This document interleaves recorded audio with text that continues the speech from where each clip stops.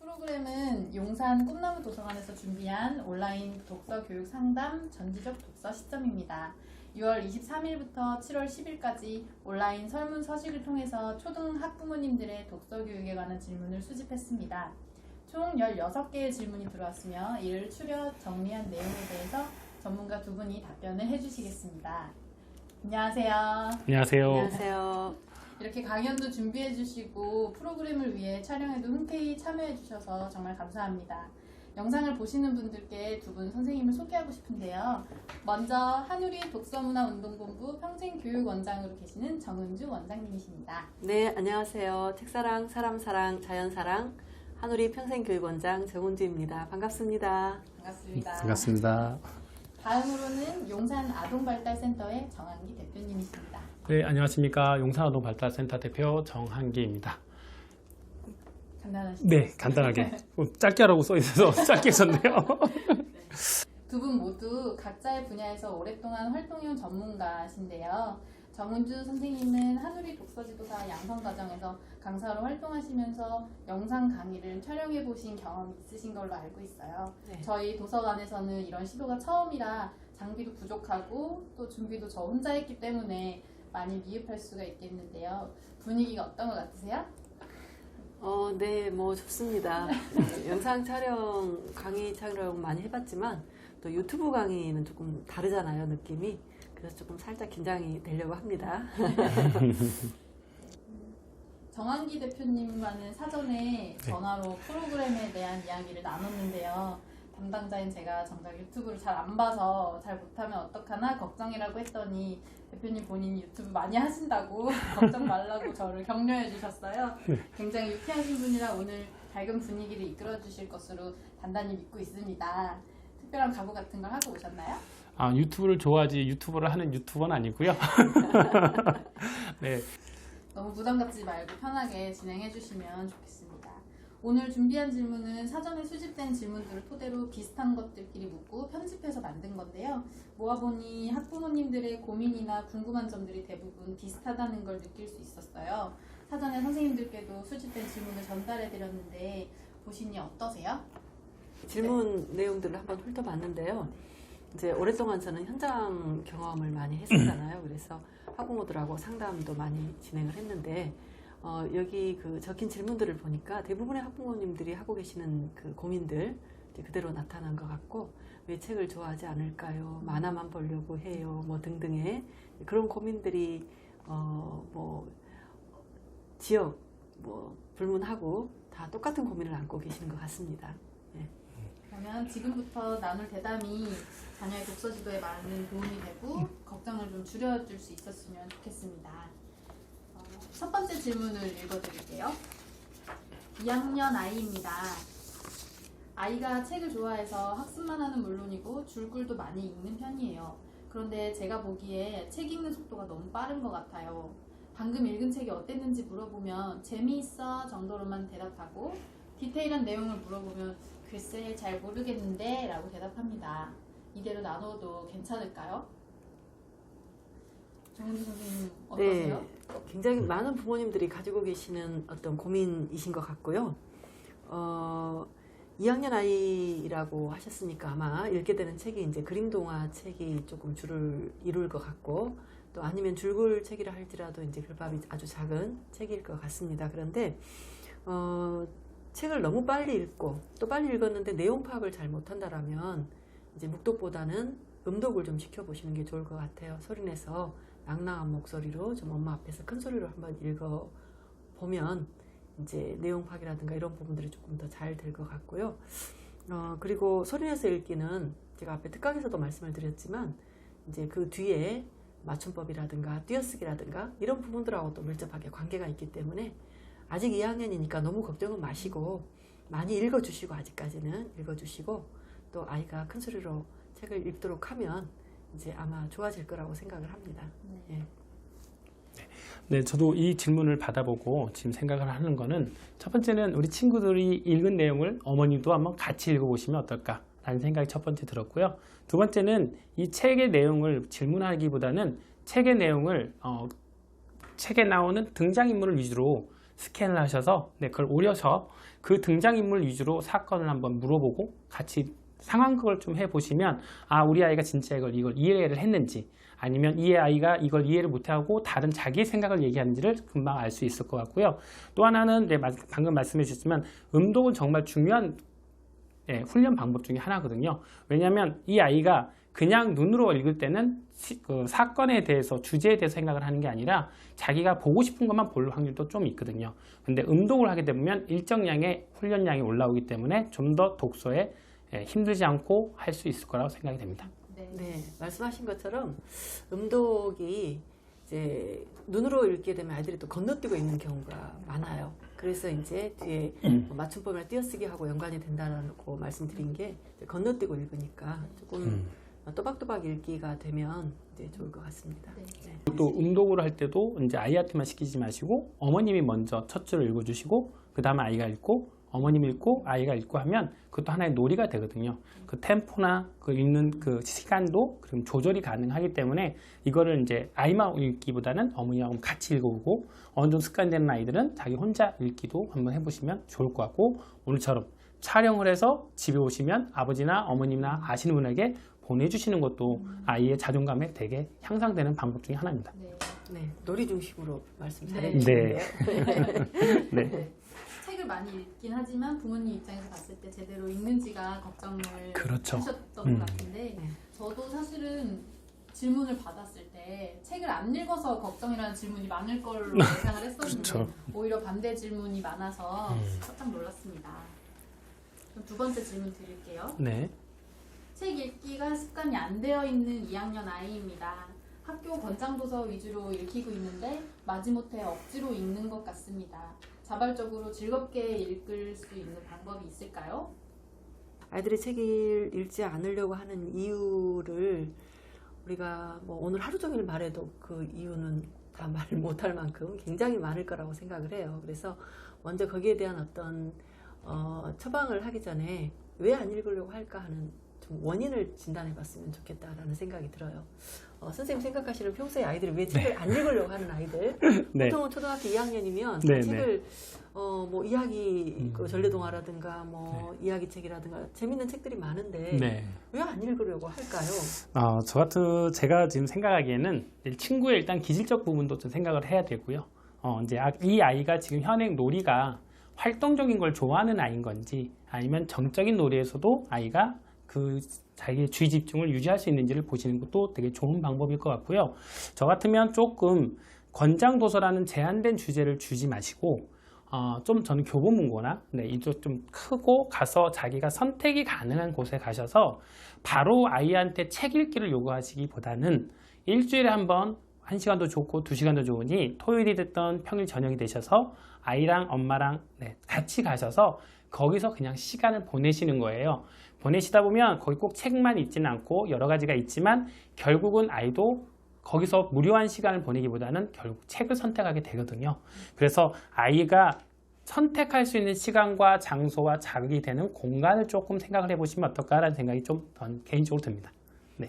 네, 아이들이 이제 조금 자발적으로 책을 읽지 않으려고 하고 또 책 읽는 거를 좀 꺼려하는 경우의 얘들은 굉장히 많이 있을 것 같거든요. 그러니까 선생님 말씀하신 것처럼 이제 너무 제한된 어떤 필독서라는 뭐 학교에서 필독서로 정해진 필독서 이런 제한된 공간에 갇히다 보면 아이 스스로 선택해서 책을 읽고 싶은 책도 있잖아요. 그래서 말씀하신 것처럼 뭐 도서관이라든가 서점에 들고 나가서 읽고 싶은 책을 스스로 골라 읽게 하는 방법도 이제 괜찮을 것 같고 저는 몇 가지로 한번 생각을 해봤어요. 왜 아이들은 책 읽기를 싫어할까?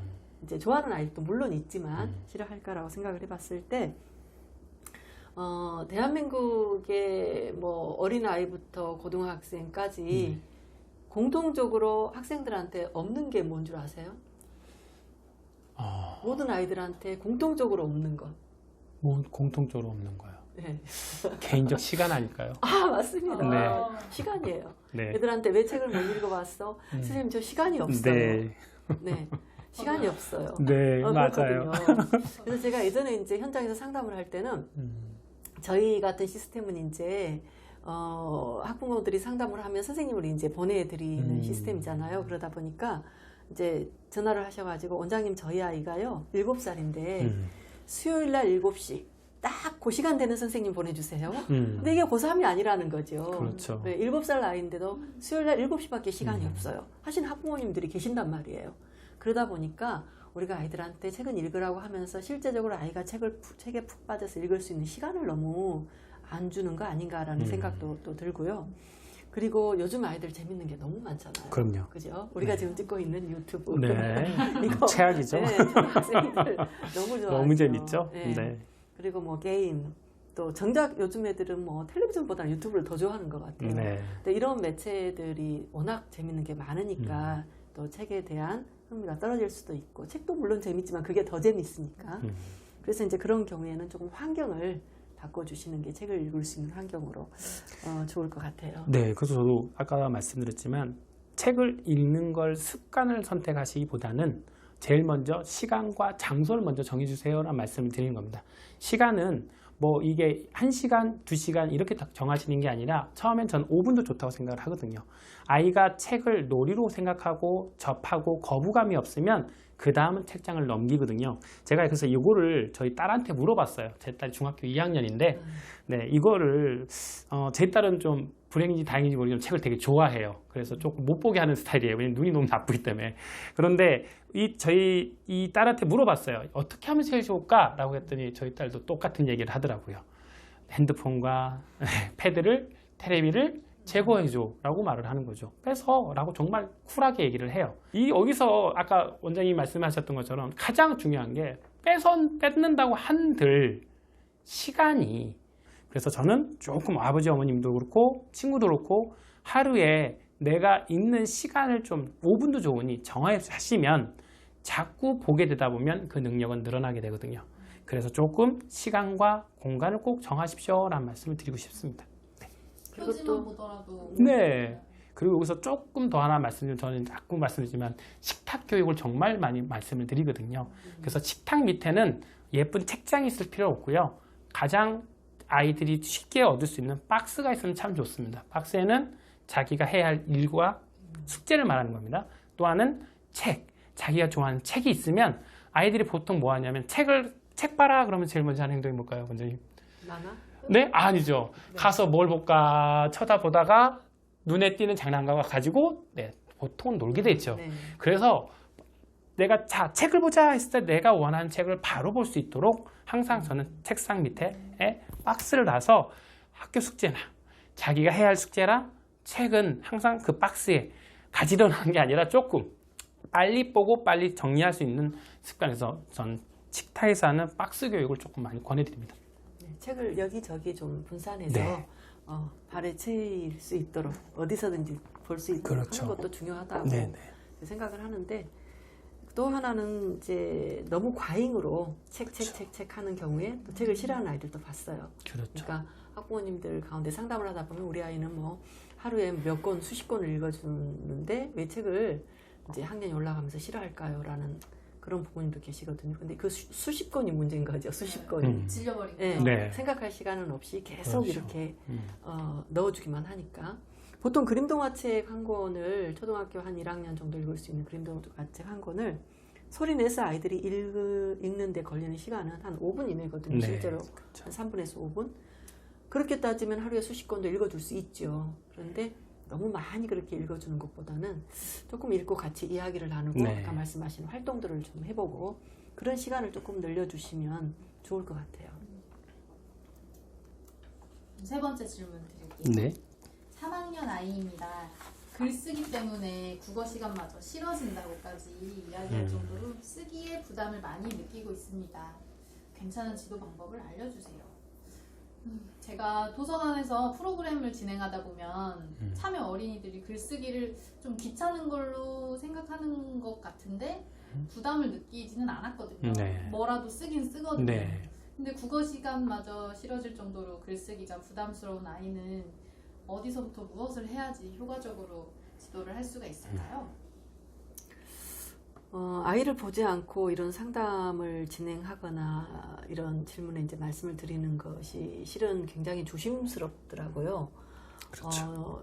처음에는 이럴 때는 이렇게 하세요, 저럴 때는 저렇게 하세요. 이제 초보일 때는 보이니까요. 네, 그렇게 했어요. 그런데 시간이 갈수록 내가 낸 처방이 이제 어떤 아이한테는 독이 될 수도 있겠구나라는 생각이 그렇죠. 들 때가 있더라고요. 왜 그러냐면 우리가 똑같이 머리가 아파서 병원에 가도 이 머리 아픈 이유가 감기일 수도 있고 뭐 뇌에 뭐가 생겼을 수도 있고 아니면 정말 신경성일 수도 있고 굉장히 다양하기 때문에 거기에 대한 처방이 달라야 되잖아요. 아이들이 글쓰기가 싫은 이유도 굉장히 다양하고 여러 가지일 것 같아요. 그런데 이제 이런 질문인 경우에는 제가 역으로 학부모님께 한번 또 묻고 싶은 거는 평소에 아이가 일기는 제대로 쓰고 있는지 또 일기 쓰는 습관이나 이런 것들은 어떤지 그런 것들도 한번 또 여쭤보고 싶거든요. 이렇게 질문하신 분들한테는 이제 역으로. 그래서 평소 그 아이의 글쓰기 능력은 또 어느 정도 되는지 이런 것들 또 책은 제대로 읽고 있는지 만약에 독서를 제대로 하고 있는 아이라면 또 글쓰기가 그렇게 부담스럽진 않을 것 같은 생각이 드는데 이제 그런 생각이 들고요. 그 다음에 이제 이런 아이들한테는 3학년 정도 됐으니까 그 책을 한 권 소개를 해주고 싶어요. 네네. 책 먹는 여우라는 책이 있어요. 그런데 읽어보셨어요? 혹시 책 먹는 여우? 아니요, 아직. 네, 그 책을 읽어보면 이 책 속에 나온 여우가 책을 너무 좋아해요. 그래서 이제 책을 야금야금 먹는데 이제 어느 날은 도서관에 가니까 너무 책이 많아요. 그렇죠. 그래서 거기 책에 자기 침을 발라놓기도 하고 뜯어먹기도 하고 너무 또 맛있는 건 가져와서 집에서 그냥 야금야금 다 먹어버리고 그러니까 도서관 사서분이 이제 어느 날부터 책이 없어지기 시작한 거예요. 그러니까 결국은 이제 이 범인을 잡은 거야. 그런데 이제 범인을 잡았는데 여우가 이제 도서관을 출입 금지가 돼가서 못 가잖아요. 그러니까 길거리에 뭐 페이지 같은 거 이런 걸 먹게 되는 거예요. 그러니까 이제 털이 까실까실해지고 뭐 털이 빠지고 기름기가 없어지고 이래요. 그러고 나서 이제 또 감옥에 들어가게 되는 거예요, 여우가. 그런데 그 감옥에서 먹을 책이 없으니까 뭐를 하느냐면 그 감옥의 간수한테 종이와 연필을 갖다 달라 그래서 책을 쓰기 시작하는 거예요. 그런데 그 책을 읽고 이제 아이들하고 3학년 정도 되는 아이들하고 얘기를 해보면 이 여우가 책을 먹는다라는 거는 결국은 책을 읽는다라는 거잖아요. 네.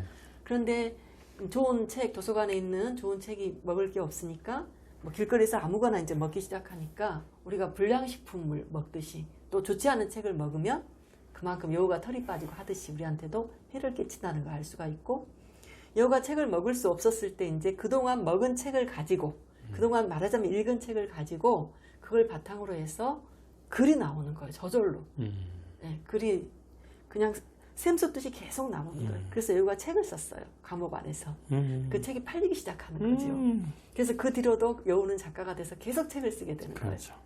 그러니까 결국은 글을 잘 쓰려면 내가 많이 읽고 잘 읽으면 글을 잘 쓸 수 있다라는 이제 그런 어떤 이야기일 수 있는데 그 책을 읽고 같이 한번 이렇게 얘기를 해보면 잘 읽기가 얼마나 잘 쓰기에 도움이 되는지 알 수 있을 것 같고 또 하나는 이제 일기 쓰기를 권해보고 싶어요. 그런데 아이들이 일기를 쓸 때 제일 힘들어하는 게 뭔지 아세요? 그걸 다 채우는 거예요. 채우는 거. 네. 글감이. 그러니까 일단 시작을 하면 글이 짧은 것도 문제지만 뭘 쓸까? 쓸 게 없어요라는 말을 되게 제일 많이 해요. 많죠. 왜냐하면 일기라는 거는 내가 오늘 하루 동안 겪은 일 가운데 특별한 일 뭐 이런 거를 쓰는 거라고 배웠는데 오늘 하루 동안에 어떤 특별한 일이 있었지? 그러니까 애들의 일기 가운데 많이 나오는 거는 외식이에요. 오늘 외식을 했다. 그렇죠. 다음에 또 먹고 싶다. 뭐 이런 거 있잖아요. 그래서 글감을 조금 나의 문제라기보다는 처음에 나로 시작해서 남, 우리, 그리고 학교, 사회, 국가, 세계 이렇게 조금 확장을 시켜서 글감을 찾게 하면 일단 글감이 풍부해지면 아이들이 쓸 말이 많잖아요. 그러니까 하나 예를 들자면 오늘은 우리 아파트, 매일 우리를 이렇게 집에 들어가기 전에 그 경비실에서 우리를 보고 계시는 네, 경비 아저씨에 대해서 네. 한번 써보자. 그러면 아이들이 경비 아저씨라는 글감을 가지고 딱 글을 쓰기 시작하잖아요. 그러면 관찰해야 되잖아요. 관찰하고 평소에는 몰랐는데 저분이 우리를 위해서 이렇게 많은 애를 쓰시는구나. 관심을 갖게 되고 그러면서 글이 한 편이 나오는 거죠. 또 우리 아파트 화단에 핀 꽃 한 송이, 개나리가 봄이면 피잖아요. 그럼 아이들한테 지금 여기 아파트 화단에 개나리가 무슨 색깔이야? 그러면 이미 꽃이 지고 초록색이 나왔는데도 노란색이야! 하고 하는 아이들이 많아요. 그럼 예전에는 제가 초창기 때는 저희 네. 집에서 실은 아이들 독서 클럽을 네. 운영을 했거든요. 내려가서 다시 보고 와. 노란색이야? 그러면 보고 와서 아니요, 초록색이 됐어요. 관찰력이 부족한 그쵸. 거죠. 맞습니다. 요즘 아이들이. 네. 그래서 사물에 대한 또 뭐 자연에 대한 우리 주변 사람들에 대한 글감을 매일 다르게 해서 한번 글을 써보게 하면 어떨까 하는 생각이 듭니다. 저 같은 경우는 포스트잇 놀이로 말씀을 드려요. 그러니까 포스트잇에 보시면 아까도 말씀드렸지만 아이들이 글을 쓰기 싫어하는 첫 번째 이유는 자기를 표현하기보다도 그 많은 공간을 채우는 게 너무 힘들거든요. 그런데 포스트잇은 너무 작지 않고 좀 큰 게 있으면 거기는 2줄에서 3줄이면 끝나거든요. 그래서 저는 그걸 그냥 쓰라는 게 아니라 책을 읽고 그 등장인물이나 그 자기가 싫고 일명 뒷담화입니다. 아, 난 이 애가 정말 싫어. 싫은 이유가 글쓰기가 싫으면 그림으로. 그림이 싫어? 그러면 색깔로 먼저 표현을 하라고 좀 권해드리고요. 그게 다 되면 그 다음은 저는 친구들을 일기에 좀 등장하라고 합니다. 그래서 그 친구에 대해서 판단하는 게 아니라 오늘 그 친구는 무슨 시간에 멍 때리고 있었다. 네, 그 친구는 오늘 무슨 옷을 입었는데 나 같으면 안 하겠다. 네, 요 정도의 아이들 하는데 처음부터 큰 지면을 주면 안 하거든요. 그래서 책 읽기도 할 때 포스트잇으로 안에다 넣는 게 아니라 책 위에 보이게 옆에다 붙여서 자기의 생각을 먼저 좀 그 등장인물이나 자기가 좀 작게 쓰게 하면 처음엔 낙서를 해요. 그런데 그걸 나중에 다 모아서 여기서 제일 중요한 건 저는 아이가 한 거를 그대로 놔두라는 게 아니라 어머님은 한 달이나 일주일에 한 번씩은 그 포스트잇을 꺼내서 벽에 쭉 해서 진열을 해 주셔야 돼요. 이유는 거기에서 아버지가 제일 마음에 드는 거를 과자나 우리가 보통 미술관 가면 이렇게 꽃을 들잖아요. 자기가 좋아하는 거를. 그렇게 해서 어머님이 좀 더 신경을 쓰시면 테두리를 해주시는 것도 좋고요. 그래서 이 아이가 이렇게 생각하는 거에 대해서 어머니나 아버님이 평가라는 게 아니라 제일 잘하고 좋았던 거에 선물을 주는 뭐 그냥 간단한 과자식으로 주셨으면 아이는 책이 두껍든 작든 신경을 쓰지 않고 자기가 좋아하는 아이를 먼저 찾을 거예요. 그리고 거기서 붙이고 이게 몇 번 진행이 되면 자기 효능감이 생기거든요. 그러면 아이가 좀 더 큰 거에서도 자기 생각을 쓰기 시작합니다. 그래서 저는 조금 포스팅 놀이를 먼저 해보세요 라는 말씀을 좀 드리고 싶습니다. 그럼 이제 4번째 질문 드릴게요. 4학년 아이의 엄마입니다. 아이가 책을 잘 읽었는지 확인해보고 싶은데 적절한 독후 활동이 있을까요? 독후 활동에 관련된 질문인데요. 네네. 아까 정은주 원장님께서 강의에서 연령별로 이제 설명을 해주시고 네네. 독서 전, 중, 후 활동을 네. 설명을 해주셨는데 여기서도 이제 간단한 독후 활동으로 어떤 게 있는지 소개를 해주시면 좋을 것 같아요. 네, 여기 지금 어머님은 아이가 책을 제대로 읽었는지 내용을 파악해 보고 싶으신 거잖아요. 근데 우리 어머님들은 꼭 아이가 책을 이렇게 재밌게 잘 읽은 것 같아도 마지막에 궁금한 건 네가 이 책 내용을 얼마나 알고 있어? 이렇게 확인성 질문을 많이 하시게 되죠. 그렇죠. 그래서 이제 질문하는 방식들도 조금 달라지셨으면 좋겠는데 그냥 책에 나온 내용을 주인공이 누구야? 얘가 어떻게 했어? 이런 어떤 단발성 질문보다는 활동을 하면서 그 책 내용을 전체적으로 파악할 수 있는 그런 활동을 좀 해보시면 좋겠고, 여기서 이제 이거를 뭐 단편적으로 이런 걸 하라 저런 걸 하라라고 하기보다는, 왜냐하면 책도 문학 장르의 책이 있고 비문학 장르의 책이 있죠. 그 장르에 따라서도 활동도 좀 달라져야 되거든요, 실은. 그래서 내용을 확인하고 싶은데 라고 하셨으니까 거기에만 조금 초점을 맞춰서 말씀을 드리면, 과학이나 환경이나 이제 역사나 이렇게 비문학 장르의 책은 뭐 골든벨이나 또 OX 퀴즈를 가족들끼리 같이 읽고 한번 해보시는 게 좋을 것 같아요. 그래서 OX 퀴즈를 할 때도요, 저희들은 그렇게 수업을 진행할 때 OX 판을 만들거든요.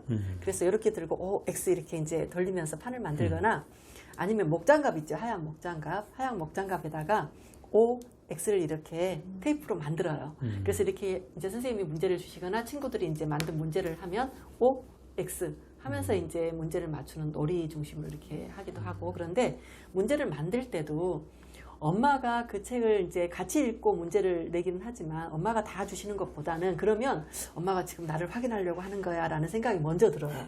그럼 일단 기분이 좀 나빠져요. 그리고 하기가 싫어요.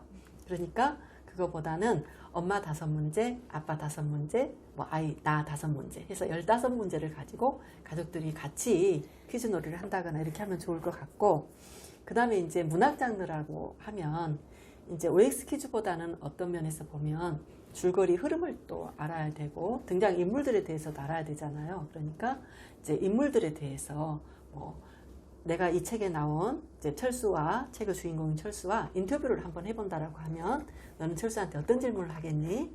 그럼 엄마가 철수가 되고 아이가 그 질문을 만들어 보는 거예요.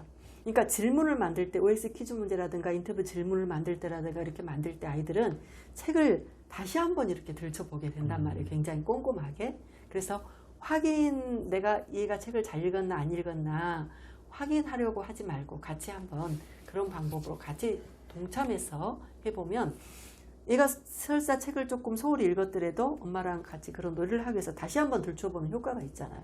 궁극적으로는 확인보다는 얘가 이 책을 잘 읽도록 만드는 것이 더 중요한 의미가 있으니까 그렇게 그렇죠. 한번 해보시면 좋을 것 같아요. 그리고 이제 4학년 정도면 책에서 주제 하나를 찾아가지고 또 찬반 논제가 나올 것 같으면 이제 가족들이 모여서 찬반 토론을 한번 해보는 것도 바로 그냥 내용만 확인하는 것보다는 여러 가지 면에서 더 좋을 것 같은 생각이 듭니다. 네, 저는 좀 빙고 게임을 권하고 싶습니다. 빙고 게임이라 하는 것은 이제 아까 원장님께서 말씀하신 것처럼 어머님이 태도가 아이를 평가하거나 확인을 하려고 하면 벌써 4학년이면 알거든요. 그래서 저는 그냥 한 책을 읽으면 등장인물을 가지고 9명? 최소 9명에서 나올 거거든요. 그래서 등장인물을 해서 어머님이 알고 있는 거, 아이가 알고 있는 거, 게임을 해서 서로 지우기, 빙고 게임도 좋고, 빙고 게임이 어느 정도 진행이 되면 이제 그 안에서 아까 말씀드렸지만 끝말잇기처럼 이 사람이 A라는 곳을 가서 A를 했을까요? B를 했을까요? 하시는 거죠. 그것도 활동 위주로 빙고 게임이 가능하거든요. 벌써 마지막 질문이에요. 5학년 아이입니다. 글이 많은 책은 학교 독서록 쓰기를 위해 어쩔 수 없이 대충 읽는 반면 Y 같은 학습 만화는 100번을 보고 또 봅니다. 이대로 괜찮은가요? 학습 만화만 좋아하는 아이가 걱정된다는 질문입니다. 이런 비슷한 질문이 5학년 아이뿐만 아니라 전체 학년에서 있었습니다. 저희 사서들도 도서관에서 대출받는 업무를 하다 보면 학습 만화가 단연 최상위 인기 도서 항상 없어서 못 빌려요. 희망도서 신청도 끊임없이 들어오고 시리즈는 또 왜 이렇게 많이 나오는지 제가 어렸을 때는 이런 학습 만화가 많지 않았던 것 같거든요. 이게 지식 습득에는 효율적인 방법일지 모르겠지만 사고력이나 문제 해결 능력, 어휘력 같은 거에는 도움이 되지 않을 것 같거든요. 학습 만화만 읽는다면 뭔가 문제가 생기나요? 학습 만화를 권하는 이유는 그런 것 같아요. 이제 말 그대로 학습적인 내용을 만화로 꾸며놓은 게 학습 만화잖아요. 그런데 이제 그런 것들을 어릴 때 읽으면 뭔가 우리 아이가 아는 게 많은 것 같거든요. 그러니까 특히나 이제 초등학교 1, 2학년 때 학습 만화를 접해서 읽기 시작하는 아이들이 나중에 줄거리를 잘 못 읽는 아이들도 있거든요. 그런데 이제 저는 항상 그렇게 말씀을 드려요. W로 시작하는 학습 만화 애들 굉장히 좋아하잖아요. 저는 그 책 너무 좋더라고요. 너무 좋아요. 재미있고 유익하고 좋아요. 좋은데 그것만 어렸을 때부터 그것만 보는 아이들이 문제가 생기는 거죠. 제가 이제 이게 보이실지는 모르겠지만 잘 안 보이실 거예요. 말씀해 주세요. 네. 그 내용이 이제 잠깐 주세요.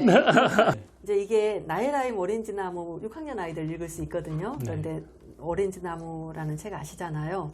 거기에 이제 두 권의 책을 제가 이렇게 요 장면 이제 그러니까 여기 지금 위에 나와 있는 이거는 이제 A라는 책 속의 그 한 장면이고 그 장면을 B라는 만화 속에서 이제 제가 이렇게 한번 따와봤어요.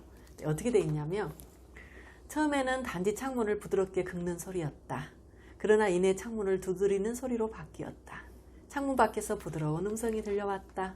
제제, 나는 몸을 일으켜 나무 창살에 머리를 기댔다. 누구니? 나야, 문 좀 열어봐. 글로리아 누나를 깨우지 않으려고 창문 빗장을 소리 없이 잡아당겼다. 화려하게 장식한 민기뉴가 마치 기적처럼 어둠 속에서 빛을 발하고 있었다. 이 내용이거든요. 그런데 만화 속의 이 장면을 보니까 덜커덩덜커덩 한 컷, 제제 한 컷, 똑똑똑 한 컷, 제제 나야 문 열어 한 컷, 들어가도 돼 물음표 덜컹 하고 이제 민기뉴가 들어오는 장면 이렇게 돼 있어요. 그러면 이거는 문학이잖아요. 지금 계속적으로 만화를 통해서 이런 내용만 보는 아이와 똑같은 내용인데 이 글을 통해서 창문을 부드럽게 긁는 소리, 두드리는 소리, 창살에 머리를 기댔다, 창문 빗장을 소리 없이 잡아당겼다, 화려하게 장식한 민균유가 마치 기적처럼 어둠 속에서 빛을 발하고 있었다. 이런 문장을 읽는 아이들은 이게 장기간 계속됐을 때 어떤 차이를 가져오겠는지 우리가 생각해보면 알 수 있잖아요. 일단 어휘가 현저하게 떨어져요. 그리고 이 장면을 내가 읽으면서 상상할 수 없게 되는 거예요. 그 그림을 상상할 수 없게 되는 거예요. 그래서 이 사고력, 상상력 부분과 또 어휘력 이런 부분들, 그래서 언어 사고 능력 부분에 있어서 만화만 읽는 아이들과 줄글로 읽는 아이들은 현저한 차이가 생길 수밖에 없는 거죠. 근데 그 학습 만화가 굉장히 좋아요. 그래서 그거를 읽지 말고 뺏기보다는 시간을 좀 달리하라고 말씀을 드리고 싶은 거죠. 그러니까 학습 만화 같은 게 만화를 보는 그 순간은 우리 아이들의 뇌가 책을 읽는다기보다는 게임을 하거나 이렇게 영상을 보거나 하는 그쪽으로 더 발달하게 돼 있는 거예요. 그래서 조금 병행을 하시면 좋겠다. 아이들한테 만화는 읽지만 안 돼라고 뺏는 것보다는 협상을 하시면 좋을 것 같아요. 이거 학습 만화 한 권 읽을 때 책도 한 권 읽었으면 좋겠다라든가 이렇게 해서, 그리고 조금 어렸을 때는 초등학교 2학년, 3학년 때까지는 이런 학습 만화들은 그야말로 지식이잖아요. 그거보다는 언어 사고를 높일 수 있는 줄글로 된 짤막짤막한 책이라도 책을 조금 더 비중을 높여서 읽혀보시는 게 어떨까라는 생각이 듭니다. 그림이 있는 책과 글이 있는 책이 주는 제한된 지면에서 주는 정보의 양은 정말 차이가 많거든요. 대부분의 이 만화 학습을 하는 아이들은 읽고 엄마 지구가 어떻게 됐대, 엄마 뭐가 됐대 이렇게 자랑하기보다는 엄마 그 등장인물이 꽈당했어 이런 걸 더 즐기거든요. 그래서 이런 친구 같은 경우는 Y만 꼭 만화 학습이 있는 게 아니거든요. 그러면 만화로 된 뭐 삼국지가 됐던 보통 아이들이 읽는 그런 책을 처음에는 되게 얇은 책으로 읽은 다음에 그 또 책이 또 이제 지면이 조금씩 그 얇게 나온 책이 또 있거든요. 그래서 정 안 되면 만화로 됐던 거를 내용을 충분히 익숙한 아이를 글로 돼 있는 책으로 단 두께가 최대한 얇은 걸로 하시면 아이가 좋아한다는 전제 조건으로요. 그렇게 하면 아이는 읽어요. 왜냐하면 그 책을 읽으면서 만화에서 읽었던 그 생각을 계속 떠올리게 되거든요.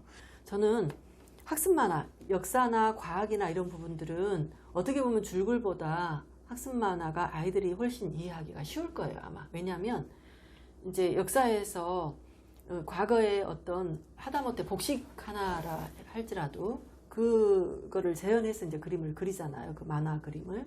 그리고 또 과학에서도 그냥 문장으로만 봐서는 이해가 안 되는 부분들을 사진이나 그림으로 거기다 곁들여서 보여주니까 훨씬 이해가 쉽고, 그런데 중요한 거는 어릴 때부터 너무 만화를 먼저 보게 되면 아이들이 줄글로 돌아서기가 굉장히 어렵다라는 거죠. 역사 만화를 초등학교 1, 2학년 아이한테 엄마들이 보여주셔요. 이유는 뭐냐면은 그 역사 만화를 보면요, 말주머니가 있잖아요. 네. 말주머니가 있고 해설된 부분이 있고, 진짜로 중요한 거는 이거예요. 해설된 부분. 말주머니는 하면서 이제 의서부터 무슨 많이 나오죠? 뭐 따닥따닥 뭐 한다 이런 것들이 이제 주로 이제 있고, 그러면 엄마들이 그 책을 보여줄 때는 말주머니 보라고 그거 보여주는 거 아니거든요. 해설을 보라고 보여주는 거예요. 그런데 아이는 말주머니만 보고 막 넘기는 거예요, 아이들이. 그러니까 제대로 이해를 못하는 거죠. 그래서 초등학교 1, 2학년 때 역사를 다 알게 하려고 그걸 보여주시기보다는 한국사든 세계사든 뭐 역사 부분은 1, 2학년 때 몰라도 괜찮아요. 그 시기에는 옛날 사람들은 어떻게 살았는지에 대한 뭐 전래동화를 통해서나 짧은 이야기를 통해서 뭐 신화나 이런 것들을 통해서, 건국 신화는 초등학교 2학년도 읽을 수 있잖아요. 신화를 통해서 먼저 줄글을 읽혀주시고, 그 다음에 이제 올라가면서 한 4학년쯤 되면, 예를 들어서 역사를 예로 들면 짤막짤막한 줄글들 아주 부피가 많지 않은 읽히고, 그리고 나서 이제 만화를 보게 하는 것도 하나의 방법이라고 생각을 해요, 저는. 네. 알겠습니다. 그런 문제점들이 있을 수 있겠네요. 네. 앞에 5가지 질문에 대한 답변으로 여러 가지 지도 방법을 알려주셨는데요. 집에서 자녀를 가르칠 때 부모님 생각만큼 아이가 잘 따라와 주지 않을 수도 있을 것 같아요. 그러면 가끔은 화도 나고 오히려 역효과가 발생해서 가르치지만 못하게 되지 않을까 싶습니다. 자녀의 학습을 지도하면서 유의해야 할 사항이 있다면 말씀해 주시겠어요? 그러니까 이제 저는 뭐 일반 학습 지도보다는 이제 독서 쪽으로 일을 하고 있으니까 이쪽에 조금 초점을 맞춰서 말씀을 드리면 이제 부모님들이 이 책 읽기에 대한 오해를 조금 많이 하시는 것 같아요. 그래서 일단 많이 읽을수록 좋다. 맞죠. 네. 정확하게 그 중에 어떤 게 얘기해야 걸릴지 모르니까요. 되겠죠? 네, 정확하게 얘기해야 됩니다. 네. 네, 그리고 두 번째는 수준 높은 책일수록 좋다. 그렇죠. 그런데 우리 아이 수준에 맞는 책을 읽어야 된다는 거죠. 그렇죠. 그림책도 이해 못하는 아이들이 많아요. 실제로 그림책을 이제 읽고서는 제가 그걸 물어본 적이 있어요. 초등학교 5학년 학생이 이제 뭐 독서 지도를 3년을 받았다고 하더라고요. 그런데 이제 5학년 말 6학년이 되는데 집에서 엄마가 이제 직장생활 하시는 분인데 어느 날 아이한테 뭔가를 질문을 했어요. 의의를. 그러니까 아이가 모르는 거예요. 그래서 엄마는 맡겨놓고 독서 지도를 얘가 학원에 가서 3년을 받았으니까 맡겨놓고 이제 다 되겠거니 하고 있었는데 어느 날 너무나 쉬운 어휘를 아이가 모르는 걸 보고 이제 그때부터 질문을 하기 시작하는 거예요. 이것도 몰라. 저것도 몰라. 그래서 이제 놀래가지고 데리고 오셔서 상담을 한 적이 있거든요. 그래서 제가 걔를 독서 진단을 해보니까 자기 학년 수준에서 이제 저희가 하는 독서 진단지로 학년 수준에 거의 최하위가 나온 거예요. 그래서 처음부터 이제 수업 진행을 하기 전에 제가 짤막한 이렇게 그림책을 한 권 줬어요. 그림책을 주고 그 그림책에 보면 그림책이라 그래도 뭐 1, 2학년 정도가 읽을 수 있는 아주 글밥이 적은 책은 아니에요. 조금 글밥이 있는 책인데 여기에서 지금 이 노인과 이 소년은 어떤 관계일까라고 질문을 했어요. 그런데 그 책은 액자 구성 형식으로 돼서 이 이제 노인이 나오고 노인이 자기 어린 시절, 소년 시절을 회상하는 장면이 가운데 들어있거든요. 그래서 어떤 관계일까 그랬더니 뭐 할아버지와 손자겠죠 뭐 이러는 거예요. 다시 읽어보자. 또 다시 읽혔어요. 할아버지와 손자라니까요. 또 이러는 거예요. 한 4번 정도를 읽고 나서야 이 할아버지가 어렸을 때 모습이네요 라고 얘기를 하더라고요. 초등학교 이제 6학년 되는 아이가 이렇게 그림책도 이해 못하는 아이들이 많습니다. 우리가 이제 수업을 할 때는 저는 그렇게 얘기를 해요. 너무 독서 이 책 수준이 높아서 아이가 책 읽기가 버거우면 수업도 안 된다. 책은 조금 편안하게 쉽게 읽힐 수 있도록 하고 발문을 수준 높은 발문을 가지고 아이의 생각을 많이 끌어내는 게 더 중요한 것 같다라고 이제 말씀드려요. 물론 이것도 편차는 있어요. 아이들이 독서 능력이 조금 어느 정도에 도달한 아이들은 자기보다 수준이 약간 높은 책을 읽어야 동기부여가 되잖아요. 그렇죠. 뭔가 도전하고 싶은. 네. 그런데 보통 아이들은 그렇지 않습니다. 보통 우리가 이제 4학년의 기준을 놓고 봤을 때 자기 국어 교과서에 나와 있는 독해가 안 되는 아이들이 우리나라의 50%가 넘어요. 네. 그러니까 모든 아이들이 다 교과서는 쉽게 읽을 수 있을 것 같잖아요. 그렇지 않아요.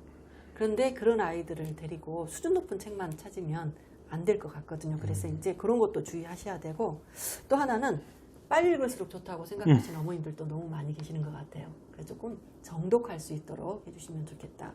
저는 이제 독서와 관련해서 이 3가지 많이 읽을수록 좋다. 뭐 좋을 수 있지만 나쁠 수도 있다.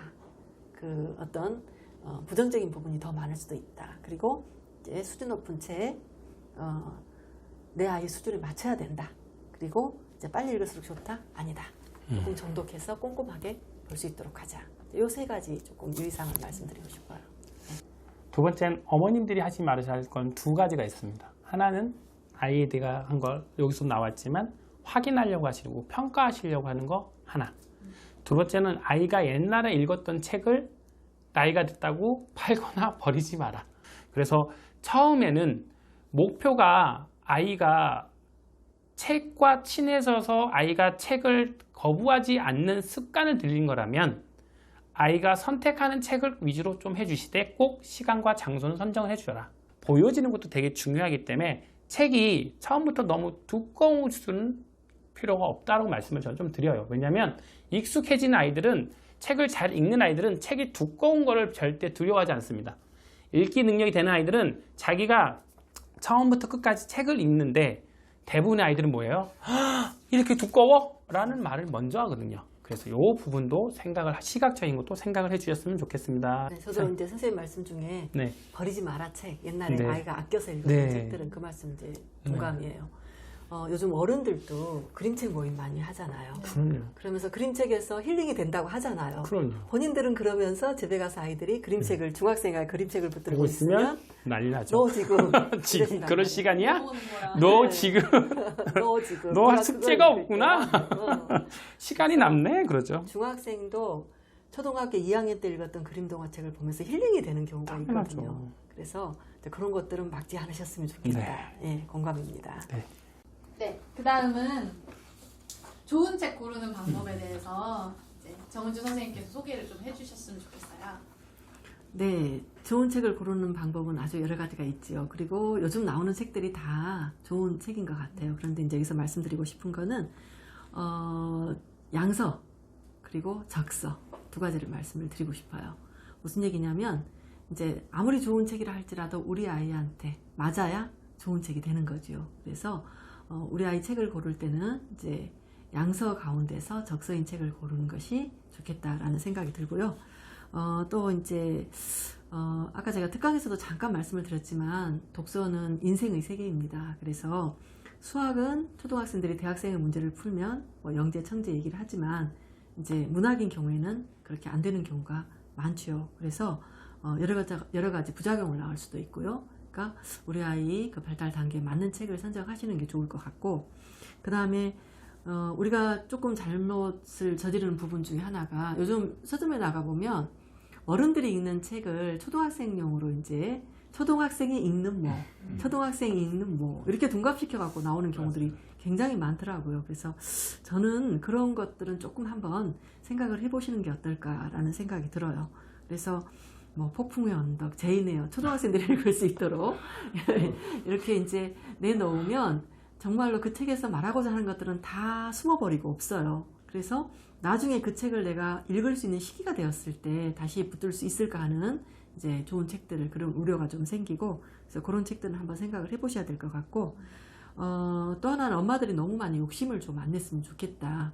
이유식을 먹어야 될 아이한테 스테이크를 썰게 하는 그런 우를 범하지 않으셨으면 좋겠다라는 생각이 들어요. 그래서 이제 좋은 책 고르는 방법에 대해서는 제일 좋은 거는 읽어보고 고르는 거죠. 읽어보고 고르는 건데 또 어머님들이 그거를 다 일일이 읽어보실 수가 없으니까 이제 한우리 독서문화운동본부 그 한우리에서 만들어낸 좋은 책 고르는 방법이라든가 또 어도연에서 좋은 책 고르는 방법에 대해서 해놓은 것들도 있고, 또 다른 독서 단체들도 좋은 책 고르는 방법에 의해서 이제 책 선정을 하고 있기도 하잖아요. 그런데 저는 이제 제가 일하고 있는 곳은 한우리이기 때문에 한우리 도서 선정의 기본 원칙이 몇 가지 있습니다. 작가나 내용, 출판사를 두루 살펴서 어린이나 청소년들의 지적, 정서적 발달에 도움이 되는 좋은 책을 가리되 편향되지 않은 보편적인 책을 고른다. 그리고 내용과 편집, 제본 상태, 형식적인 면에서 이런 것들도 보고요. 그 다음에 독서 흥미 발달 단계라든가 또 성장에 적합한 책을 연령별로 선정한다. 이런 세 가지 큰 기본 원칙을 가지고 주제하고 내용적인 면, 또 형식적인 면 이렇게 또 크게 범주를 두 개로 나눠서 이제 책을 고르고 있습니다. 그래서 이것을 여기서 이제 다 말씀해 드리기는 그렇고 요거를 드릴 테니까 한번 올려주시면 좋을 것 같고요. 요거는 지금 초등학교 유치부에서 초등학교 1학년까지 장르별로 이제 뭐 100권도 되고 또 학년에 따라서, 그러니까 요거를 지금 유치 같은 경우에는 상상력과 언어 감각을 키워주는 책 해서 이제 이렇게 나오고, 그 다음에 학년별로 또 꿈과 희망의 주제를 가지고 그 다음에 가족과 우애, 여러 가지 주제를 가지고 이렇게 책 선정을 하거든요. 근데 요거는 저희 도서선정 연구원들이 1년 동안 다 읽어요. 여기에 올릴 책을 읽고 해제를 하거든요. 그 내용들을 이제 보고 선정해서 올려놓은 책이기 때문에 그냥 안심하고 읽히셔도 되는 책이라고 보시면 돼요. 물론 여기 실린 책에도 이게 지면에 한계가 있기 때문에 더 좋은 책들도 있지만 해년마다 이거를 조금씩 이렇게 바꿔가면서 이제 만들고 있습니다. 그래서 내가 책 고르기가 조금 힘들다 하시는 어머님들, 부모님들께서 요거를 어디서 좀 구할 수 없을까요? 이제 하시는 분들 계시거든요. 그래서 저희가 이제 뭐 도서관 같은 데 나눠드리기도 하고 하는데, 또 저희 회원들한테 이제 주기 위해서 저희는 만들어요. 꿈나무 도서관에서 필요하시면 이거를 제가 박스로 보내드릴게요. 그래서 오늘 제가 2세트를 가져왔으니까 일단 한 세트를 드릴게요. 감사합니다. 네, 그리고 필요하신 어머님들은 이제 여기 오셔서 네. 이렇게 좀 가져가실 수 있도록 그렇게 하겠습니다.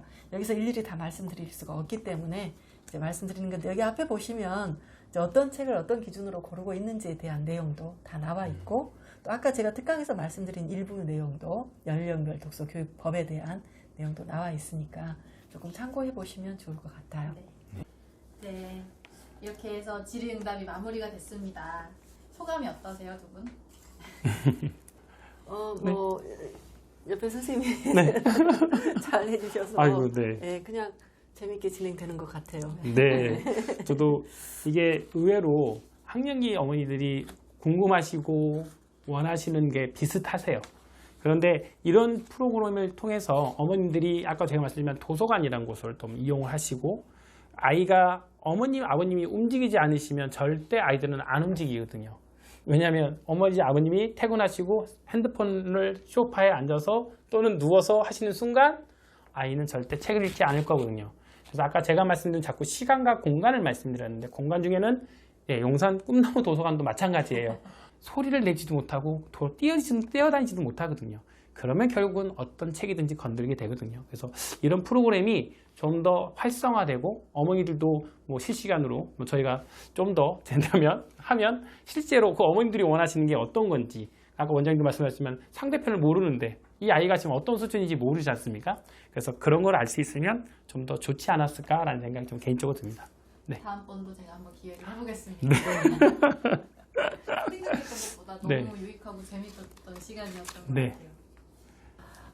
뭐 짧은 시간이지만 이 시간이 또 우리 많은 부모님들한테 도움이 되고 학부모 특강을 많이 해요. 제가 도서관 특강을 많이 하고 다니는데 항상 마지막에 드리는 말씀은 그래요. 오늘 내일 반짝하시고 또 그 다음부터 안 하시면 안 되고 그럼 아이들이 꼭 그러지요. 엄마 오늘 또 무슨 강의 듣고 왔어. 이런 소리 안 듣도록 뭐든지 꾸준히 한 가지 방법이라도 우리 아이한테 맞는 방법을 선택하셔서 꾸준히 좀 실천해 보시는 게 좋을 것 같습니다. 자녀를 올바르게 가르친다는 것이 정말 쉬운 일이 아님을 알 수 있었던 네. 시간입니다. 두 분 네. 선생님께 진심으로 감사드리고요. 언택트 시대의 도서관에서는 다양한 시도를 하고 있습니다. 화상 미팅 프로그램을 활용해서 쌍방향 실시간 수업을 진행하기도 하고요. 이번 영상처럼 미리 촬영하고 편집해서 누구나 언제 어디서나 볼 수 있도록 유튜브에 게시하기도 합니다. 이제 링크를 달아드릴 텐데 아래 링크에서 이제 시청하신 분들은 설문조사를 참여해 주실 거고요. 그 결과가 다음번 기획에 도움이 되니까 꼭 참여해 주세요. 네. 시청해 주셔서 감사합니다. 네, 감사합니다. 네, 감사합니다. 네, 수고하셨습니다.